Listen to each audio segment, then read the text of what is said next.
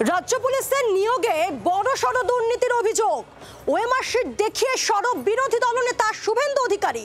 পরীক্ষার পর ওএমআর-এর carbon copy দেওয়া হয়নি পরীক্ষার্থীদের। শুভেন্দু অধিকারীর অভিযোগকে কেন্দ্র করে শোরগোল তুঙ্গে। নিয়োগের দাবিতে শিক্ষকদের আন্দোলনের মধ্যেই এবার রাজ্য পুলিশের কনস্টেবল নিয়োগের পরীক্ষায় দুর্নীতির অভিযোগ। পরীক্ষার ওএমআর শিটের কার্বন কপি কেন চাকরি প্রার্থীদের দেওয়া হলো না, সাংবাদিক বৈঠক করে সেই প্রশ্ন তুললেন শুভেন্দু অধিকারী। ওএমআর এর শিটের কার্বন কপি ক্যান্ডিডেটকে দেওয়া হয়নি। কার্বন কপি ক্যান্ডিডেটকে দিল না মানে বোর্ড যে কোনো ধরনের দুর্নীতি করতে পারবে, কারণ ক্যান্ডিডেটের হাতে কোনো প্রুফ থাকলো না। কার্বন কপি বোর্ডের হাতে থাকবে কেন? ওটা পরীক্ষার্থীর কাছে থাকবে।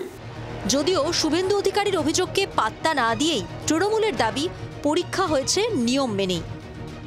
এ বলছে আপনাকে এত চাপ নিতে, পুলিশের পরীক্ষা হচ্ছে, সাধারণ মানুষ পরীক্ষা দিচ্ছে, তারা জানে বিষয়টা এবং যথাযথভাবেই পরীক্ষা হয়েছে, ফলাফল বেরোবে, চাকরিও হবে।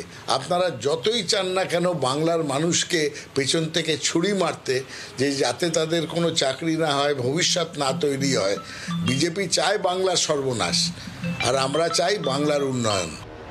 রবিবারই হয়েছে রাজ্য পুলিশের কনস্টেবল নিয়োগের পরীক্ষা। পুলিশের পরীক্ষা ঘিরেও এড়ানো যায়নি বিতর্ক।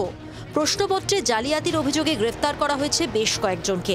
দীঘার হোটেলে লুকিয়ে থাকা 7 জন দালালকেও গ্রেফতার করেছে এসটিএফ। শিক্ষক নিয়োগ থেকে পুরো নিয়োগ, চাকরি দুর্নীতির অভিযোগে এমনিতেই জর্জরিত রাজ্যের শাসক দল তৃণমূল। আর এবার রাজ্য পুলিশের কনস্টেবল নিয়োগের পরীক্ষাতেও উঠল দুর্নীতির অভিযোগ।